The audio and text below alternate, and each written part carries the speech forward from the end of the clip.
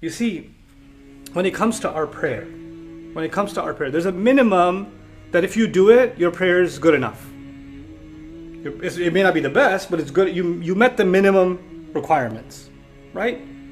When it comes to fasting, there's a minimum requirement. If you met that requirement, your fasting is still good, right? Okay, so let's just say somebody fasted, while they were fasting, they read Quran the whole day.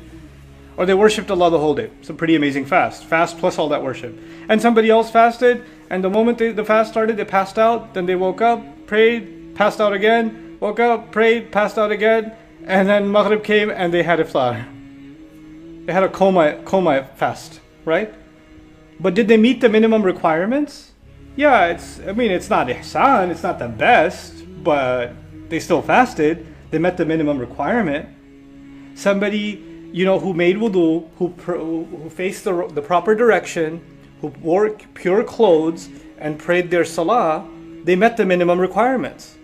Even if they were distracted in their prayer, even if it wasn't that great of a prayer, even if they maybe sometimes rushed a little bit or chose to recite the shortest surahs they know just to get it over with, even if they did that, they at least still met, and I'm not recommending any of it, but technically, did they meet the minimum requirements? Yeah, you can't say they did something haram, right? What I'm trying to say is, the word ihsan means you do something at the best you could do it. But if you don't do your best, that doesn't mean you failed. That doesn't mean you're in trouble. It's like saying, if I don't get 100, I failed. No, I could get an 85, I could still pass. A 70 still, 65 is passing in most schools now, right? So 60, okay, at least it's a D, but it's not an F. It's not an F, so I still move on to the next class. It's not the best score, but in the list of things that are haram, this is what I want you to visualize. When Allah makes a list of things that are haram, Allah is saying anybody who crosses this line has failed. Anybody who crosses this line is in trouble. And I would argue that in the Quran, when it comes to our parents are the only ones that if you do anything less than your best, that's haram. Because of this ayah. Because this ayah is about things that are what? Haram. It's a scary thing that Allah didn't even expect ihsan in every prayer. He didn't expect ihsan in every dealing. He didn't say it's haram for you to be short of ihsan. But when it comes to parents, anything short of your very best is a violation. It's a violation. My job is to find out if I'm not doing something haram. It's about me before it's about anything else. When you start reading the Quran so you can find things to point at somebody else, that's when your relationship with the Quran stops. That's when it stops. Because now you're using this book to point fingers at who does what wrong. And I no longer look at myself. I no longer see this as a book that's talking about me.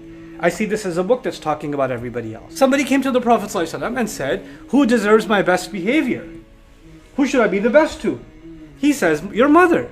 The guy wants a different answer. So he says, and then who? And he says again, your mother. And then who? And then your mother. And then who? And then your father. Their comfort should come before my comfort.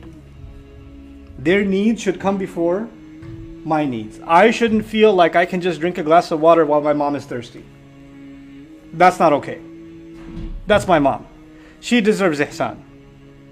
I will put my comfort second. I'll put my parents' comfort first, because that's the least I can do. That won't even compare to what she did for me and what my father did for me.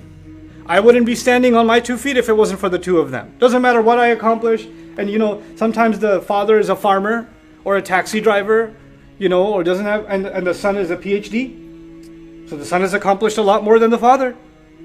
But that PhD didn't come from the son. It came from the father's sweat, blood, and tears. The father put you in this position. The father said, I'll give my son a better future than I could give myself. So no matter what I do for my father or my mother, will it never be enough. But in my religion, I am not a slave to my father or my mother. I'm a slave to Allah. And Allah made me responsible to take care of myself. He made me responsible to take care of my spouse, my children. He made me responsible to take care of zakat. He made me responsible to take care of fundamental things using my money. And when I'm taking care of those responsibilities, and then above and beyond that, there is a need that my parents have. There's a need that they have. Then before they even ask, I should be taking care of it. I should be taking care of that need before they even ask. You should know that your dad is in debt. You should know that there's the car broke down. You should know. You should do something about it. If you can do something about it, you do it. In another hadith of the Prophet ﷺ, he said, your children are gifts of Allah to you. He said to the people, your children are gifts of Allah to you. You can take from their money when you have need of them. إِذَا احْتَجْتُمْ إِلَيْهَا, when you have need of that money. So if my father needed money, it would be a shame that he wouldn't even have to ask. I should be thinking about what he needs before he even has to say it. Because it would be embarrassing for him to have to ask his son or his daughter for money. It would be embarrassing. It would be I would want to run my face into a wall if my mom came to me and said, "Can I borrow $20?" How oblivious have I been that I don't know what my mother needs? Right? That's a shame on me. And she knows that I have, and I just didn't care to ask, or I didn't care to take care of it. Right?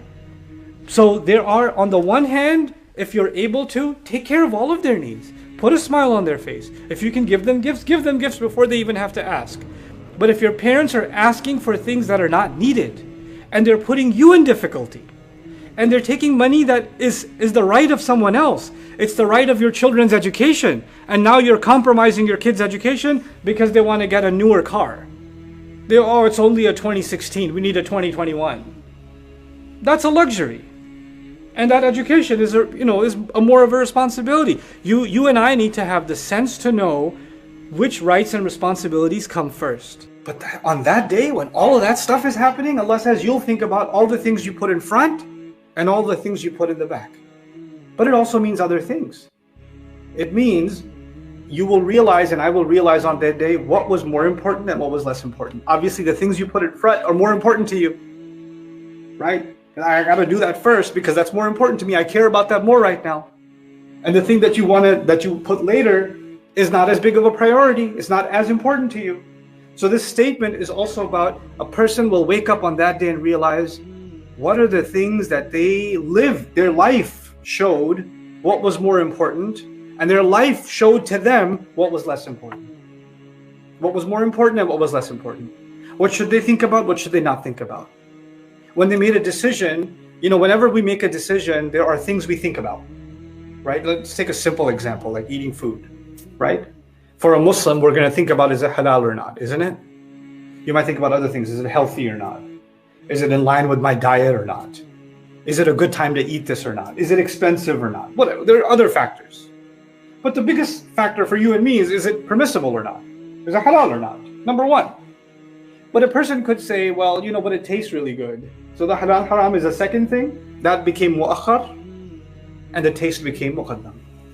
The taste became muqaddam. It could be that the health benefits of the food are not great, but the taste is amazing. So the taste became muqaddam, and the health benefits or the health harms became mu'akhar. Right? That's what taqdeem and ta'khir is. This is what I'm talking about here. What became more important? What became less important? But why is that question being asked on Judgment Day the moment a person comes out of their grave?